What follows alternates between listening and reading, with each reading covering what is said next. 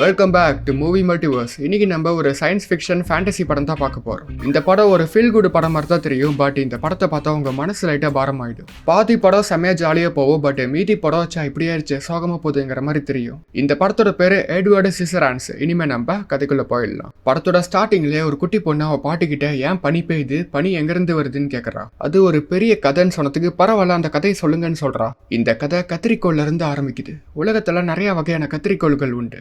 ஒரு மனுஷன் இருந்தான். அவனுக்கு கைக்கு பதிலாக கத்திரிக்கோள் தான் இருந்துச்சு. தூரத்துல உள்ள அந்த மலையில ஒரு கோட்டை இருக்குல்ல, அந்த கோட்டைக்குள்ள தான் ஒரு இன்வென்டர் வாழ்ந்தாரு பல காலத்துக்கு முன்னாடி. அந்த இன்வென்டர் பல விஷயங்களை உருவாக்குனாரு. அப்படியே ஒரு மனுஷனையும் உருவாக்குனாரு. உண்மையான ஒரு மனுஷனை போலவே அவனுக்கு மூளை இதயம்னு எல்லாமே கொடுத்தாரு. பட் அந்த இன்வென்டருக்கும் வயசாயிருச்சு. ஸோ அவனை முழுசா முடிக்காம இறந்து போயிட்டாரு. அந்த மனுஷன் இப்போ அந்த கோட்டையில தான் தனியாக இருக்கான். அவன் பேர் எட்வர்டு. ஸோ இப்படி ஒரு இன்ட்ரோவோட தான் இந்த படம் ஆரம்பிக்குது. அப்படியே கட் பண்ணி அந்த ஊரை காட்டுறாங்க. அந்த ஊரில் கொஞ்சம் வீடு இருக்குது. மக்கள்லாம் அவங்கவுங்க வேலையை பார்க்குறாங்க. இவங்க பேர் தான் பேகு. இவங்க ஒரு சேல்ஸ் விமன். பேகு வீடு வீடாக போய் மேக்கப் சம்மந்தப்பட்ட விஷயங்கள்லாம் விற்கிறாங்க. பட் யாருமே இவங்க கிட்ட இருந்து வாங்க மாட்டேங்கிறாங்க. உங்ககிட்ட இருந்தாலும் நான் வாங்க மாட்டேன், என்கிட்ட காசு இல்லை, நான் பிஸியாக இருக்கேன்லாம் சொல்கிறாங்க. சுற்றி உள்ள வீடு பக்கத்து வீடுன்னு எல்லா வீட்டுக்கும் போயிட்டாங்க. யாருமே இவங்க கிட்ட இருந்து வாங்கவே இல்லை. இப்போ என்ன பண்ணலான்னு யோசிக்கும் பார்த்தா தூரத்தில் அந்த மலையில் அந்த கோட்டையை பார்க்குறாங்க. ஸோ அங்கே போகலான்னு சொல்லிட்டு வண்டி எடுத்து கிளம்பிடுறாங்க. வெளியிருந்து பார்த்தா அந்த இடம் ஏதோ பழைய பங்களா மாதிரி பயங்கரமாக இருக்குது. பட் உள்ளே போய் பார்த்தா அது சூப்பராக இருக்குது. மலர் கண்காட்சி மாதிரி இருக்குது. ஏன்னா அங்கே உள்ள செடிகள்லாம் யாரோ டிசைனாக வெட்டியிருக்காங்க. ரொம்ப அழகா செம்மையா இருக்குதுன்னு சொல்லிட்டு இவங்களும் பார்த்துக்கிட்டே அந்த இடத்தோட கதவு தட்டுறாங்க. இவங்க கதவு தட்டி யாரும் திறக்கவே இல்லை. ஸோ இவங்களே உள்ள போயிடுறாங்க. உள்ள போய் பார்த்தா ஏதோ பழைய ஃபேக்டரி மாதிரி இருக்குது. ஹலோ, நான் தான் பேக் சேல்ஸ் பண்ண வந்திருக்கேன், யாராச்சும் இருக்கீங்களான்னு சொல்லிட்டு இவங்களும் படிக்கட்டு ஏறி மேலே போறாங்க. நீங்க பயப்பட வேண்டிய காரணமே இல்லை. ஓ, வீடு ரொம்ப பெருசா இருக்குது. அங்க ஒரு இடத்துல நியூஸ் பேப்பர்லாம் யாரோ கட் பண்ணி வச்சிருக்காங்க, வித்தியாசமா பிறந்த மனுஷங்களை பத்தி அப்படி இப்படின்னு. அப்ப அங்க யாரோ இருக்காங்க, ஏன் பயப்படுறீங்கன்னு சொல்லிட்டு இவங்க பேசிக்கிட்டே கிட்ட போறாங்க. ஆனா கிட்ட போய் பார்த்தோட தான் தெரியுது ஒருத்தர் வரான். அவன் கை ஃபுல்லா ஒரே கத்திரிக்கோளா இருக்குது.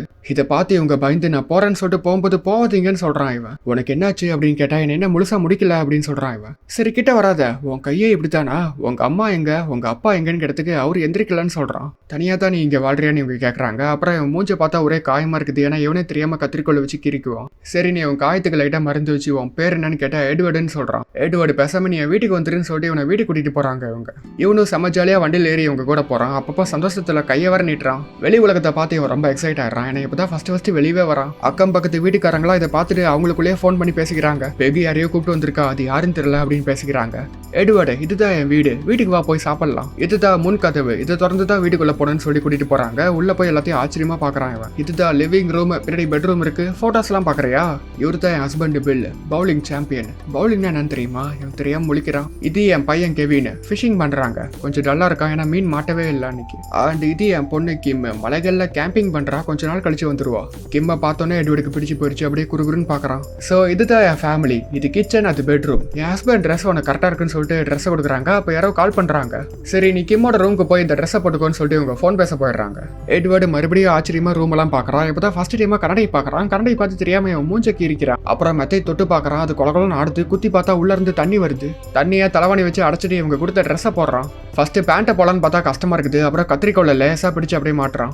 ஒரு பக்கம் பெகுக்கு பக்கத்து வீட்டுக்காரங்களா கால் பண்ணி கேட்கறாங்க யாரு இதுன்னு. இவங்களும் தெரியல, அவன் கையெல்லாம் ஒரே கத்திரிக்கோளா இருக்குதுன்னு சொல்றாங்க. நிறைய பேர் லைனா கால் பண்றாங்க. இவங்களும் காலை கட் பண்ணிட்டு இவனை வந்து பார்த்தா இவன் ட்ரெஸ்ஸை போட முடியாம போட்டுக்கிறான். இதை பார்த்து இவங்களே இவனுக்கு ட்ரெஸ்ஸை நீட்டா போட்டு பெல்ட்டை மாட்டி விட்டுறாங்க. இவன் பெல்ட்டை தொலான்னு போனா அது கட் ஆயிடுச்சு. ஸோ அந்த பெல்ட்டுக்கு பின்னுக்கு போட்டு இவன் ஷர்ட்டுக்கு பட்டன்லாம் தக்குறாங்க. சிசர்ஸை மறந்துட்டுன்னு எட்வர்டு இந்த நூலை கட் பண்ணுன்னு சொன்னே அவனு கட் பண்றான். ஊர் முழுக்கவே பொம்பளைங்கெல்லாம் கூட்டம் கூடி இவனை பத்தா பேசிக்கிறாங்க. யார் இவன் யார் இவன்னு. எனக்கு ஒரு டாக்டர் தெரியும், கண்டிப்பா அவங்களால உனக்கு ஹெல்ப் பண்ண முடியும். பகல்ல நாயம் பேச ஆரம்பிச்ச பக்கத்து வீட்டுக்காரங்க நைட் வரைக்கும் பேசிட்டு இருக்காங்க. அப்புறம் அவங்க ஹஸ்பண்ட் எல்லாம் வேலையை முடிச்சுட்டு வீட்டுக்கு வந்த உடனே இவங்களும் திரும்ப வீட்டுக்கு போறாங்க. எட்வர்டு சாப்பிடலான்னு பார்த்தா ஸ்பூன் எடுக்க முடியல, பட்டாணி எடுக்க முடியல, ரொம்ப கஷ்டமா இருக்குது. கெவின் அப்படி உத்து பார்க்காத, உன்னை யாராச்சும் உத்து பார்த்தா எப்படி இருக்கும், நல்லாவே இருக்காது இல்ல. எட்வர்டு, இவ்வளவு நாளா நீ அங்க என்ன பண்ண, மேல இருந்து பார்க்கும்போது வியூவெல்லாம் சூப்பரா தெரிஞ்சிச்சா, கடல்லாம் தெரிஞ்சிச்சா, சில டைம் தெரியும். கெவின் அப்படி பார்க்காத, இது சூப்பரா இருக்குது, ரேசர் ஷார்ப்பு, ஒரே வெட்டுல தலை துண்டாயிடும். எட்வர்டு உன் பிரெட்டுக்கு பட்டர் வேணுமான்னு கிடத்துக்கு இவனு பட்டர் எடுத்து அப்படியே தொட வைக்கிறான் பிரெட்ல. செம்மையா இருக்குது, பேசாம இவனை நான் திங்கக்கிழமை ஸ்கூலுக்கு கூட்டிட்டு போறேன். இல்ல முடியாதுன்னு சொல்லிடுறாங்க. இந்த விஷயங்கள்லாம் உனக்கு புதுசா தான் இருக்கும், பட் போக போக பழகிடும் அப்படின்னு சொல்லி இவனை தூங்க வச்சுட்டு கிளம்பிடுறாங்க. அடுத்த நாள் எப்பயும் போல எல்லாருடைய வீட்டிலுமே அவங்க ஹஸ்பண்ட் வேலைக்கு போயிடுறாங்க. இவங்க எட்வர்டுடைய முகத்துக்கு மேக்கப் போடுறாங்க, அந்த காயத்தெல்லாம் மறைக்கிறதுக்காக. இது லைட் கன்சீலிங் கிரீம், பிளெண்ட் ஆகி முகத்தை பொலிவாக்கும். உன் தோல் ரொம்ப வெள்ளையா இருக்கு, அதை சரி பண்ண பார்க்கலான்னு சொல்லிட்டு இவங்களும் லாவெண்டர் கிரீம் அது இதுன்னு என்னென்னமோ போடுறாங்க. ஆனா அது வேலைக்கு ஆக மாட்டேது. சரி தழும்ப மறைக்கலாம்னு சொல்லிட்டு இவங்களும் தழும்பு மேலே எதையோ பூசுறாங்க. ஒரு பக்கம் இவங்க ஹஸ்பண்ட் செடியை கஷ்டப்பட்டு வெட்டுறாரு. இவன் அங்க வந்து அசால்ட்டுக்கு வெட்டுறான் செடியை. கையே கத்திரிக்கோளா இருக்கிறதுனால சும்மா பூந்து விளாட்றான் டக்கு டக்கு டக்குன்னு. அப்பா அங்க பாருங்கன்னு பையன் சொல்றான். என்னன்னு பார்த்தா ஒரு டைனோசரே வெட்டி வச்சுக்கிறான் செடியில. அப்ப எல்லாம் டெலிஃபோன்ல பேசும்போது காலை ரெக்கார்ட் பண்றதுக்கு டேப் ரெக்கார்டரை யூஸ் பண்ணுவாங்க. அந்த டேப் ரெக்கார்டரே ஃபுல் ஆயிடுச்சு. ஏன்னா அவ்வளோ கேட்டிருக்காங்க இவனை பத்தி. ஏன்னா இவங்க முன்னாடி காலை கட் பண்ணும்போது வர காலுக்குலாம் ரெக்கார்ட்ல போட்டு போயிருந்தாங்க. அப்படி ரெக்கார்டா இருக்குது. இவங்க ஹஸ்பண்ட் பாட்டுக்கு ஜாலியா ஜூஸ் குடிச்சிட்டு இருக்கிறாரு. ஏன்னா எட்வர்ட் எல்லாத்தையும் வெட்டி தள்ளிடுறான். இவங்க ஃபேமிலி உருவம் மாதிரி கூட செடியை வெட்டி இருக்கான். சூப்பரா வெட்டி இருக்கான். வா சுத்தம் பண்ணலான்னு சொல்லிட்டு கெவின் கத்திரிக்கோள் மேல தண்ணி ஊத்துறான். நோ கெவின், தண்ணி ஊத்தாத துருப்பிடிச்சு போயிடும். கராஜ்ல உள்ள ஆயில் எடுத்து தொட அப்படின்னு அப்பா சொல்றாரு. அப்பா ஒரு பக்கத்து வீட்டுக்காரங்க வந்து இவன் ஒன்று சொர்க்கத்துல இருந்து வரல, இவன் நரகத்துல இருந்து வந்திருக்கான், இவன் ஒரு சாத்தான் அப்படின்னு சொல்றாங்க. எட்வர்ட் அவ பேச்சு கேட்காத ஒரு பைத்தியக்காரி இப்படிதான் விளையாடிட்டு இருப்பான்னு அப்பா சொல்றாரு. இப்ப வீட்டு முன்னாடி பக்கத்து வீட்டுக்காரங்க எல்லாருமே வந்துடுறாங்க. அவனை காட்டுன்னு பேசாம இன்னைக்கு ஈவினிங் பார்பிக்யூ பார்ட்டி ரெடி பண்ணி நாங்களாம் வந்துடுறேன்னு சொல்லிட்டு எல்லாரும் சேர்ந்து சொல்லிட்டு போயிடுறாங்க. ஸோ பெகுக்கு வேற வழி இல்லை, பார்பிக்யூ பார்ட்டிக்காக ரெடி பண்ண ஆரம்பிச்சிடுறாங்க. எட்வர்ட் ஹெல்ப் பண்றான். சூப்பரா காய்கறி எல்லாம் வெட்டித்தரா, மறுபடியும் முகத்துல கீறிக்கிறான். நீ எது பயப்படாத, உன்னை பார்த்து எல்லாரும் ரொம்ப எக்ஸைட் ஆவாங்க, நீ யாருன்னு பெகு சொல்றாங்க. அப்ப இவங்க ஒரு கேன் ஓப்பனரை சுத்தி திறக்கிறாங்க. அதை பார்த்து இவனுக்கு ஒரு பிளாஷ்பேக் ஞாபகத்துக்கு வருது. இவனை உருவாக்கின இன்வென்டர் குக்கீஸ் செய்யற ஃபேக்டரி வச்சிருந்தாரு. அதுல ஏகப்பட்ட மிஷின்ஸ் வச்சிருந்தாரு. தானாவே முட்டை மாவெல்லாம் போட்டு கலக்கி குக்கீஸை கட் பண்ற மாதிரி மிஷின் வச்சிருந்தாரு. அப்பதான் இவருக்கு ஒரு யோசனை வந்துச்சு. அந்த ஒரு யோசனை தான் எட்வர்டை உருவாக்குனுச்சு. இப்ப இங்க இந்த பார்பிக்யூ பார்ட்டி ரெடி ஆயிடுச்சு. ஏகப்பட்ட பேர் வந்துட்டாங்க. எட்வர்ட் ஸ்டோன் பேப்பர் சிசர்ஸ் வளரலாமா அப்படின்னா, தம்பி எனக்கு ஒரு டாக்டர் தெரியும், கண்டிப்பா அவரால் உனக்கு ஹெல்ப் பண்ண முடியும். ஹாய் ஹலோ ஹேண்ட் ஷேக் கொடுக்க கூடாது போலயே. இவன் கட் பண்ண செடியெல்லாம் வியந்து பாக்குறாங்க. அப்புறம் இவனையே வியந்து பாக்குறாங்க. பெகு இவனுக்கு சாப்பாடு விட்டுறாங்க. தம்பி வெள்ளிக்கிழமை சீட்டெல்லாம் வரியா, ஆனா அங்க வந்து எதையும் கட் பண்ணக்கூடாது. அப்புறம் இவன் கத்திரிக்கோள்லயே பழங்கள்லாம் சொருவி சமைக்கிறான். அப்போ ஒருத்தர் வந்து, நானும் ஒன்ன மாதிரி தான் போர்ல சண்டை போடும்போது என் கால் போயிருச்சு, பட் யாரையும் உன்னை ஹேண்டிகேப்னு சொல்ல விட்டுறாத. யாரு ஹேண்டிகேப்? என் பேர் தான் ஜாய்ஸ். இந்த ஆம்பரோசியா சாலட் சாப்பிடுன்னு சொல்லிட்டு ஒருத்தங்க ஊட்டி விடுறாங்க. இதை பார்த்து எல்லாருமே ஊட்டுறாங்க. சாரி லேடிஸ், இவன் என் வீட்டுக்கு தான் ஃபர்ஸ்ட் வரேன்னு சொன்னா. ஆமா தானே எட்டி. அன்னைக்கு நைட்டு எட்டி தூங்கும் போது மறுபடியும் ஃபிளாஷ்பேக்லாம் நினைச்சு பாக்குறான். அந்த இன்வென்டரி உன்னை கொஞ்சம் உருவாக்கின வாட்டி உனக்கு நிறைய விஷயங்களை கற்றுக் கொடுத்தாரு. காஃபி எப்படி குடிக்கணும், அப்புறம் சர்க்கரையை கையால் தொல்லாமா, அப்புறம் இன்னொரு காஃபி டக்குன்னு வாங்குவியா, அப்படி இப்படின்னு நிறைய கேள்விகள் கேட்டு இவனுக்கு நிறைய சொல்லி கொடுக்குறாரு. இவனுக்கு ஜோக்கெல்லாம் சொல்லி நல்லா ஃபன்னியாக இருந்துச்சுன்னா சரி அப்படின்னு சொல்றாரு. இப்போதான் கேம்பிங்லாம் முடிச்சுட்டு பெக்கோட பொண்ணு கிம்மு வரா. கிம்முக்கு ஒரு பாய் ஃப்ரெண்டு கூட இருக்கான். அந்த பாய் ஃப்ரெண்டு மற்றவங்களுக்குலாம் டாடா சொல்லிட்டு இவ ரூமுக்கு போய் கண்ணாடி பார்த்துட்டு இருக்கும்போது எட்வர்டை பார்த்து ரொம்ப பயந்துடுறா. இவ பயந்து கத்துறத பார்த்து எட்வர்டு தெரியாம மெத்தையை குத்தி தண்ணிலாம் வந்துட்டு இருக்குது. ரூம்குள்ள யாரையும் நீ கொலை பண்ண வந்திருக்காங்க அப்படின்னு சொல்லிட்டு கத்திட்டு இருக்கா. அப்புறம் அம்மா தான் சமாதானப்படுத்துறாங்க இவளை. அப்ப எட்வர்டு கூட்டிட்டு போய் இவங்க சோஃபாவே ஒரு பெட் மாதிரி ரெடி பண்றாரு இவனுக்காக. என்ன அவனை ரொம்ப பயன்படுத்திட்டாளா? டீனேஜ் போனங்கன்னா இப்படிதான் இருப்பாங்க பைத்தியக்காரங்க மாதிரி. என்ன இது லெமன் எடுத்தான் குடி அப்படின்னு சொல்லிட்டு சரக்கு ஊத்தி கொடுக்குறாரு இவனுக்கு, யாருக்கும் தெரியாம. கிளாஸ் எவனாலும் எடுக்க முடியல, ஸோ ஸ்ட்ரா போட்டு தர்றாரு. டீனேஜ்னாவே இப்படிதான், உடம்புல சில பல கிளான்ஸ் எல்லாம் செக்ரேட் ஆகும். இவ்வாறு சரக்கு குப்புன்னு அழுத்தி கண்ணெல்லாம் சவுந்து போயிடுச்சு. கிம் நீ கெவின் ரூம்ல தங்கிக்கோ, நாளைக்கு இவன் ரூமை சரி பண்ணிடலாம். அவன் எதுக்கு நம்ம வீட்டுக்கு கூட்டிட்டு வந்தீங்க? கொஞ்சமாச்சும் இறக்கம் காட்டேன், அவன்கிட்ட கை கொடுத்து ஃப்ரெண்டாவு. கை கொடுக்கணுமா? ஐ மீன் அவன்கிட்ட 4 வார்த்தை நல்லபடியா பேச. அவன் நீ ரொம்ப பயன்படுத்திட்ட. சரின்னு எட்வர்டு கிட்ட கிம்மை இன்ட்ரடியூஸ் பண்ணலான்னு போனா அவன் போதையில பொத்துன்னு விழுந்துட்டான். அடுத்த நாள் எட்வர்டு பக்கத்து வீட்டுக்காரங்க ஜாய்ஸ் வீட்டுக்கு போய் அவங்க வீட்டு செடியில வெட்டி டெக்கரேஷன் பண்ணிருக்கான். உனக்கு தாகமா இருக்கா, இந்த லெமனேட் கொடுக்குறியா அப்படின்னு சொல்லிட்டு கொடுத்தா அவன் சரக்கு நினைச்சு வாந்தி எடுக்க ஆரம்பிச்சிடறான். அப்புறம் எட்வர்டை கெவின் ஆசைப்பட்ட மாதிரியே ஸ்கூலுக்கு கூட்டிட்டு போயிடுறான். அவனை பத்தி சொல்லி அவங்ககிட்ட சில பல வித்தையெல்லாம் காட்ட சொல்றான். எட்வர்டு அவன் திறமையை காட்டுறான். இதை பார்த்து பசங்க எல்லாம் கை தட்டுறாங்க. இப்ப அப்படியே இந்த தெருவெல்லாம் பார்த்தா ஃபுல்லா டெக்கரேஷனா தான் இருக்குது. ஏன்னா எல்லாருடைய வீட்டிலையுமே போய் பண்ண ஆரம்பிச்சிட்டான். பட் என்னத்தான் இவன் இப்படி பண்ணாலும் கிம்முக்கு மட்டும் இவனை பார்த்தா லைட்டா பயமா தான் இருக்குது. கிம்மோட ஃப்ரெண்டு, கிம்மோட பாய் ஃப்ரெண்டுக்கே உனக்கு சுத்தமா பிடிக்காது. தெரியாம கிம்மு மேல வர இவன் சாப்பாட போட்டுறான். எட்டோட அவனுடைய திறமையை ஒரு படி மேல கொண்டு போய் நாயுடைய முடிவு வெட்ட ஆரம்பிச்சிடறான். பொசு பசுன்னு இருந்த நாயவே மாடல் நாய் மாதிரி மாத்திட்டான். அடுத்து என்ன, இதை பார்த்த எல்லாரும் அவங்கவுங்க நாயை கொண்டு வந்து வெட்ட சொல்றாங்க. இவனு வெட்டி தரான். வாவ் பிரமாதமா இருக்குது. நீ பொண்ணுங்களுக்கு ஹேர் கட் பண்ணிருக்கியா, பேசாம நீ ஏன் முடிவு வெட்டின்னு ஜாய் சொல்லவும் இவனு டக்குன்னு அவங்க முடியை வெட்டிட்டு அவங்க கெட்டப்பே மாத்திடுறான். அடுத்து என்ன, இதை பார்த்த எல்லாருமே அவங்கவுங்க முடியை வெட்ட சொல்றாங்க. ஸோ இவனும் எல்லாத்துடைய முடியுமே வகை வகையா மாத்திட்டு இருக்கிறான். எட்வர்ட் அவன் கிரியேட்டிவிட்டி மொத்தத்தையும் காட்டுறான். கடைசியா பெகுக்கு முடி வெட்டிட்டு அவங்க கெட்டப்ப மாத்திடுறான். என்னமா பண்ணிருக்க அவன் முடிக்கு? எட்வர்ட் தான் வெட்டினா செமையா இருக்குதா? அப்புறம் பெகு அவங்க பாஸ் கிட்ட கால் பண்ணி பேசி எட்வர்ட் திறமையை அவங்க உலகத்துக்கு காட்டுறதுக்கு ஏதாச்சும் பண்ண முடியுமான்னு பாக்குறாங்க. எட்வர்டுக்கோ கிம்ம ரொம்ப பிடிச்சிக்குது. பட் அவளும் அவ பாய் ஃப்ரெண்ட் கூட சுத்திட்டு இருக்கா. அப்புறம் எட்வர்டு கையில இருக்கிற அந்த சிசர்ஸை ஷார்பன் பண்றதுக்கெல்லாம் ஒரு இடத்துக்கு கூட்டிட்டு போறாங்க. ஒரு டைம் கிம் சாவி மறந்து விட்டுட்டு வந்துடுறா. அப்ப எட்வர்டு அவன் சிசரை யூஸ் பண்ணி கதை திறந்துடுறான் சாவி இல்லாமையே. அடுத்ததா எட்வர்ட ஒரு டிவி ஷோல பேட்டி எடுக்கிறாங்க. நிறைய பேர் இவங்கிட்ட நிறைய கொஸ்டின்ஸ் எல்லாம் கேட்கறாங்க. இந்த டவுன்ல நீங்க ஆரம்பிச்ச புது வாழ்க்கையில எது உங்களுக்கு பெஸ்ட் பார்ட்? என்னோட ஃப்ரெண்ட்ஸ் சர்ஜரி பண்ணி ப்ராஸ்டெட்டிக் வைக்கிறதுக்கு யோசிச்சு பார்த்துருக்கீங்களா? எனக்கு ஒரு டாக்டர் தெரியும், அவரை நான் மீட் பண்ண ஆசைப்படுறேன். பட் அப்படி பண்ணால் நீங்கள் எல்லாரும் போலவே சாதாரணமாயிடுவீங்களே. ஆமாம் அது எனக்கு தெரியும். அதுக்கப்புறம் நீங்கள் ஸ்பெஷலாக இருக்க முடியாது, டிவியில் கூட வரமாட்டீங்க. என்ன ஆனாலும் எட்வர்ட் ஸ்பெஷல் தான். எவ்வளோ திறமை உங்களுக்கு இருக்குது, பேசாம நீங்க ஒரு சலூன் கடை ஆரம்பிச்சிருங்களேன். ஓ நல்ல யோசனை. உங்களுக்கு கேர்ள் ஃப்ரெண்ட் இருக்காங்களா? உங்க வாழ்க்கையில யாராச்சும் ஸ்பெஷல் லேடி இருக்காங்களா? எட்வர்ட் அப்ப கிம்ம பத்தி தான் யோசிச்சு பார்க்கறான். பேசலான்னு கிட்ட வரும்போது தெரியாம இவன் கத்திரிக்கோள் மைக்கில் பட்டு ஷாக் அடிச்சிருச்சு. இதை டிவியில பார்த்து கிம் பாய் ஃப்ரெண்டு சிரிக்கிறான். கிம்மு திட்டுறா, எதுக்கு இப்படி சிரிக்கிறேன்ட்டு. ஜாய்ஸ் இவனுக்காக ஒரு இடத்த காட்டுறாங்க சலூன் ஆரம்பிக்கிறதுக்கு. இங்க நீ கண்ணாடி வச்சுக்கலாம், அப்புறம் இங்க காஸ்மெட்டிக் பெகு காஸ்மெட்டிக் விற்பாங்கல்ல. ஆமா ஆமா, இங்க முடி வாஷ் பண்ணுவாங்க, நான் இங்க இருந்து கஸ்டமர்ஸை வரவேற்பேன். அப்புறம் எட்வர்டுக்கு ஐஸ் வைக்கிறதுக்கு வேணா இவங்ககிட்ட ரொமான்ஸ் பண்ணலான்னு வரும்போது இவன் பயந்து ஓடி போயிடுறான் அங்கிருந்து. எட்வர்டு இன்னைக்கு நாள் எப்படி போனுச்சு? ஜாய்ஸ் சலூன் காமிச்சாங்க, அங்கே காஸ்மெட்டிக் கூட வித்துக்கலாம். அது மட்டும் இல்லாமல் ஜாய்ஸ் ரொமான்ஸ் பண்ண விஷயத்தையும் சொல்கிறான். இதை கேட்டு கிம்மு சாக்காயிடுறா. எட்வர்டு சொந்தமாக பிஸ்னஸ் பண்ணுறதுங்கிறதே ஒரு தனி சுகம் தான், அதில் வர திருப்தி எதுலேயுமே வராது. அடுத்து என்ன, பேங்க்கில் போய் லோன் எடு, உன் திறமையை வச்சு 4 காசு பாரு. சரின்னு இவனு பேங்க்குக்கு போனா இவனுக்கு அக்கௌண்ட் இல்லை, வேலை இல்லை, சேவிங்ஸ் இல்லை, சோசியல் செக்யூரிட்டி நம்பர் கூட இல்லை, எப்படி தரதுன்னு கேட்குறாங்க. இங்கே பாருங்க, மேயர் ஒய்ஃபை இவங்ககிட்ட முடிவெட்ட ஆசைப்படுறாங்க. ஃபர்ஸ்ட் உனக்கு சோசியல் செக்யூரிட்டி கார்டு வாங்கு, கிரெடிட் வாங்கு, காரு வாங்கு, காரை நீ எங்கே வேணால் பார்க் பண்ணிக்கலாம், உனக்கு ஹேண்டிகேப் பெர்மிஷன் வரும். ஸோ இதெல்லாம் ஃபர்ஸ்ட் பண்ணால் தான் உனக்கு லோனுன்னு சொல்கிறாங்க. ஸோ உனக்கு லோன் தர மாட்டேங்கிறாங்க.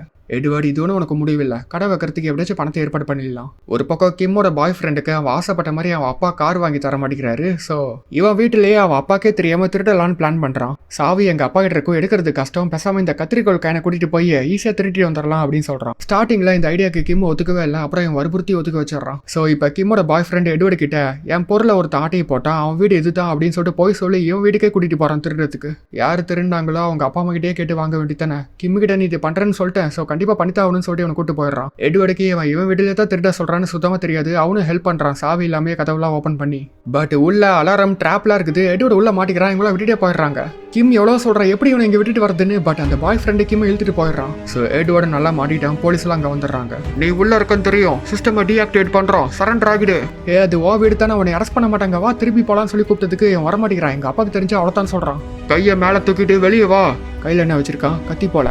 ஓ வெப்பன்ஸை ட்ராப் பண்ணு, லாஸ்ட் வார்னிங், ஆயுதங்களை கீழே போடு. இவன் ஏதோ சைக்கோ போல அப்படின்னு சொல்லிட்டு சுர நிலைமைக்கு வந்துடுறாங்க. நல்ல அக்கம் பக்கத்து வீட்டுக்காரங்களா வந்து அது அவனுடைய கையை தான் வெப்பன் இல்லைன்னு சொல்றாங்க. அதுக்கப்புறம் எட்வர்டை அரெஸ்ட் பண்ணிடுறாங்க. நான் சலூன் கடைக்கு பணம் வேணும்னு சொன்னேன், அதனால தான் இவன் திருடிட்டான் போல அப்படின்னு சொல்லிட்டு இவங்க நினைச்சுக்கிறாங்க. எட்வர்டு திருடுறது ரொம்ப தப்பு, டிவி பார்த்து தான் இவன் கெட்டு போயிட்டான்னு சொல்லிட்டு எல்லா பழியும் மேலே வந்துருச்சு.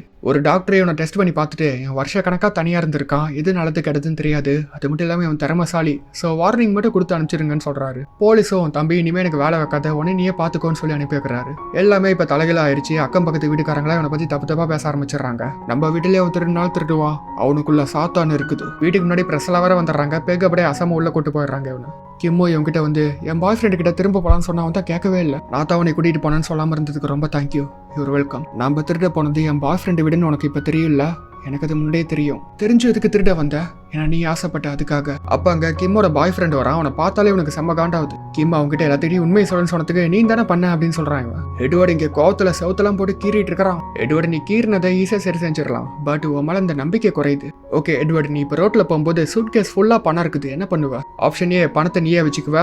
ஆப்ஷன் பி, உன் ஃப்ரெண்ட்ஸ் உனக்கு பிடிச்சவங்களுக்கு கிஃப்டா தந்துருவ. ஆப்ஷன் சி, ஏழைங்களுக்கு கொடுத்துருவ.